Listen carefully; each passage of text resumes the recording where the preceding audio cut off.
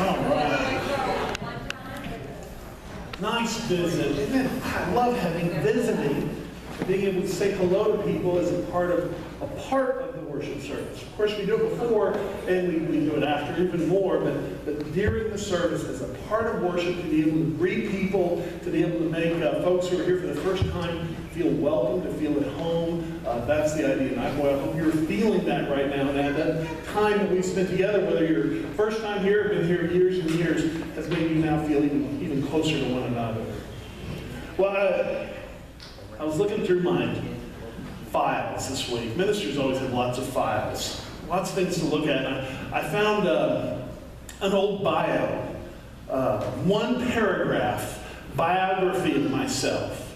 And I had used it because somebody apparently way back had wanted me to be a guest speaker. And so they'd said, well, send us a paragraph about yourself and we'll put it on the posters and we'll introduce you with it. And so I did. I sent out a paragraph, and I saw this the other day. And it had what you'd expect. It had some things about my education, some things about the churches I serve, some things about my family, and then it had my interests. And one of my interests I noticed was backpacking. And I thought, and I don't actually do a whole lot of backpacking. I have done it in the past. I'll probably do it in the future, so I guess it applies. I mean, I can definitely put it on there, but there are really things I do a lot more often than backpacking that probably should go on there, but it probably wouldn't sound as good if I said something like, Dr. Bryce likes to spend his spare time watching TV and playing Angry Birds. See, backpacking sounds better. Backpacking sounds cool. And I'll tell you one thing, it does tell you something about me. Because there's one thing about backpacking that I do, well, there's several things, but one thing I want to bring out today that I love, and that is how it forces me to simplify my life. So everything you take backpacking with you, of course, goes in your pack. You have to carry it. You have to carry it up hills and down hills. And so you have to be careful about what you bring. And simplifying is a good, positive thing. And I think about backpacking a lot when I'm reading the words of Jesus and his teachings. And actually, when I'm spending time getting ready for a backpacking trip, I think about the words of Jesus too. So the two remind me of each other, because that's one of the themes of Jesus' teachings, is that our lives are more abundant when we simplify. When we focus on what's most important, and when we let go of some baggage that we've been carrying around that's been weighing us down, we let go of that. And we simplify those things we actually need, the baggage we actually need to carry. There was a group, an old group, you've probably heard of them before, the Shakers. You ever heard of the Shakers? They were an old Christian group in early America, and they're part of the Quakers. They're kind of an offshoot of the Quakers. They call them the Shakers. They had this beautiful furniture that they're known by. They had real pretty furniture. We still know them by that today. But they really love this idea of simplicity. And they saw it in the words of Jesus too. They saw this idea that we need to simplify our lives. Now, they took it to kind of an extreme to where they said, well, we need to be so simple that we're not going to encourage people to get married or have children. And so without any little shakers, there aren't any shakers today. They simplified themselves out of existence. But they did have a beautiful hymn that is called The Gift to Be Simple. You may have heard this. The gift to be simple is the gift to be free. And that's the idea that I see in Jesus' words and Jesus' teachings that I want to lift up to you today. It is true. The gift to be simple is the gift to be free. And we see this in all sorts of ways in Jesus' teaching, but let me just bring up a few today. We see when Jesus talks about our language. He said, when you're praying, don't use a bunch of fancy words and long phrases the way the Gentiles do. They pray like the more they talk, the more they'll be heard by God. So no, you want to concentrate on what's most important. You want to simplify what you're saying to God. And I love this advice because, friends, I'll tell you, there are times when I do not go to God in prayer because I'm not sure how to put things. I'm not sure my language is going to be right to express myself. And sure, if I were going to talk to somebody else, that would be a concern. But Jesus is telling us that need not be a concern when it comes to God. The simplest needs we can bring to God. The simplest needs. The simplest gratitude. The simplest thanksgiving we can bring to God. the simplest praise we can bring to God. It doesn't have to be big. It doesn't have to be fancy language. We can do it simply. Oh God, I need your help. And that is enough. That is sufficient. It's true with our prayers. It's also true as we talk about God. I think there's times when we don't want to talk about God because we don't feel like we have the language.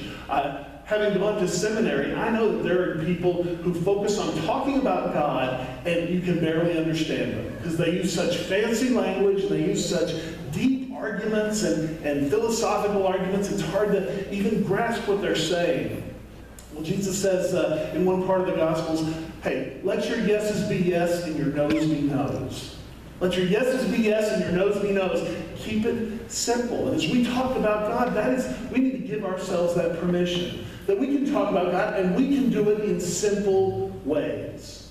In fact, it's something about our church. One thing is you become a part of this church, you become a member here, not by, if you've never been a member anywhere else, you become a member here, not by learning a long catechism, not by learning a whole bunch of things to say or a creed. It is a simple confession of faith. Listen how simple. I believe that Jesus is the Christ, the Son of God, and I accept him as my Lord and Savior. And that's what's required. Simple words, simple language. And we need to give each other permission too as we talk about God to use simple words. Here's something I think a lot of parents do. In fact, I know they do because I'm a parent. I do this. There are times I don't talk to my children about matters of faith because I don't think I can express it well enough. I don't think that I understand it well enough. And I'm a minister. I went to seminary, and I got my doctorate, and I feel that way. I feel that way all the time. It is hard for me to talk to my children. And when, in fact, what do my children need?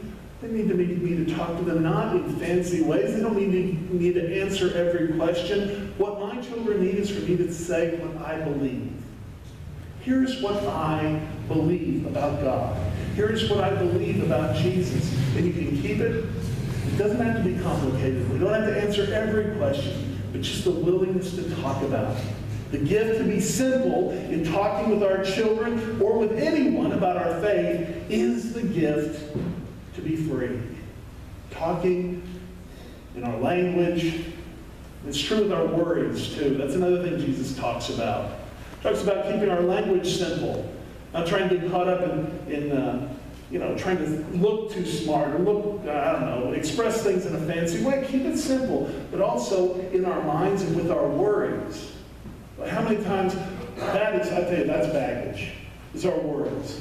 Talking about backpacking, having an overloaded pack. Many of us, with our packs, we carry around with us all these worries that we can't do anything about. They're completely out of our control. And we even worry about things, of course we worry too about things that are within our control, but still, we don't spend time doing them and taking care of them. We spend time instead worrying about them. So worry is something Jesus said, hey, about your life. Don't worry about what you're going to eat or what you're going to drink. About your body, don't worry about what you're going to wear. For your life is more than what you eat, and your body is more than what you wear. Just think of that. Jesus is telling them, don't worry about getting enough to eat. That was a big concern back then. You were concerned about that, or sometimes you would die. And here's Jesus saying, you don't even need to worry about this biggest, hugest concern. And most of us here today don't have that concern. Getting enough to eat is not something that's in our pack. It's not a worry that we're carrying around with us. So you know what we do? We put something else in there instead. We put in the worry about eating too much.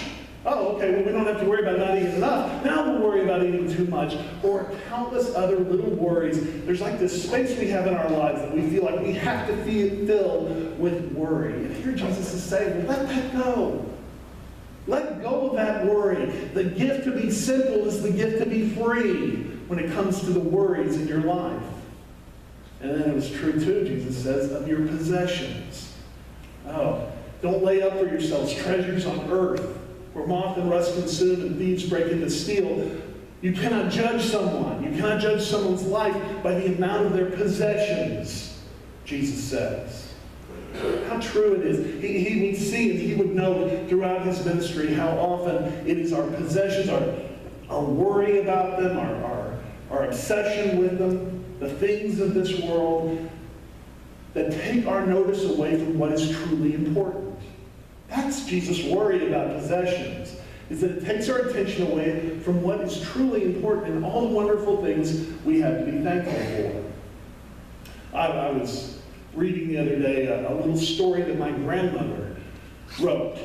She was a farm wife. She and my grandfather had a little farm in Tyra, Texas, 18 miles from the county seat. And they were there during the worst of the Great Depression. And in a part of her story, she wrote about December 1932, where they were so worried, she and my grandfather, about my aunt, who was 18 months old at the time. She had caught a cold, and then the flu, and then pneumonia, and then diphtheria. And she was getting weaker and weaker, and the snows were falling. In December, there was a thick snow. People could not get the baby to town, and the doctor couldn't get to the farm. And so all the neighbors rallied around, and they tried all these home remedies, and everybody was helping out. But the baby just kept getting worse and worse, getting weaker and weaker. And my grandfather wrote in his journal one day, "It's still snowing. How will we be able to bury our baby in this weather?" And they were expecting the worst absolutely to happen. And after a day or two, finally, the doctor managed to get there. He got to the house, way out on the farm. He spent the last 8 miles on horseback because the roads were so bad. But he arrived and he looked at the baby and he said, I think the infection has run its course. But she is so very weak. I don't know that she can survive. Maybe if you got some nutrition in her. You know what would do is an egg. If you could get an egg and make a little eggnog out of it, maybe put in just a touch of brandy and gave that to the baby, that might be the nutrition she needs to turn the corner. Well, it was wintertime. The chickens weren't laying. They didn't have any eggs there on the farm, and none of their neighbors did either, and so the call went out. The little baby needs an egg. And out to the neighbors and the neighbors of the neighbors until finally one egg was found. And one of the neighbors carefully brought the egg up to the house. And he gave it to them, and they received it with such joy, such thanksgiving. And they made a little eggnog out of that egg, and they put a little tiny bit of brandy in it, and the baby got stronger and stronger and better and better. And nobody's sure if it was the egg or maybe the brandy that did the trick. But my aunt went on to live a wonderful life. In fact, she passed away in Tyler just 2 weeks ago. That little baby lived a long and happy life. And I think about that family story every time I open up the refrigerator and I see all the eggs lined up there. I think how different we have it now, just 2 generations apart. My grandparents with their children, how it doesn't even compare with how the situation I have with my children. In fact, all my life I have lived with abundance. So much. Every one thing I've ever wanted, I have received. Every piece of medical care I've ever needed, I have gotten. And think about them who had so little. So little. And yet I wonder if in my whole life I will ever experience the depth of joy and gratitude that they felt on that day when that neighbor brought that egg into their home.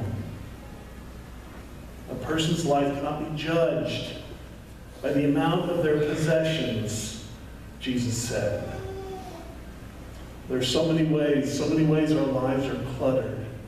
Our language is cluttered with words. Our minds are cluttered with worries. Our homes are cluttered with possessions. And what a blessing it would be for us to be able to focus in on this part of Jesus' ministry, on this lesson he was so often bringing us. How wonderful it would be if we could lay aside some of these burdens that we have been carrying, and each and every day wake up remembering and living that day, believing that the gift to be simple is the gift to be free. Friends, let's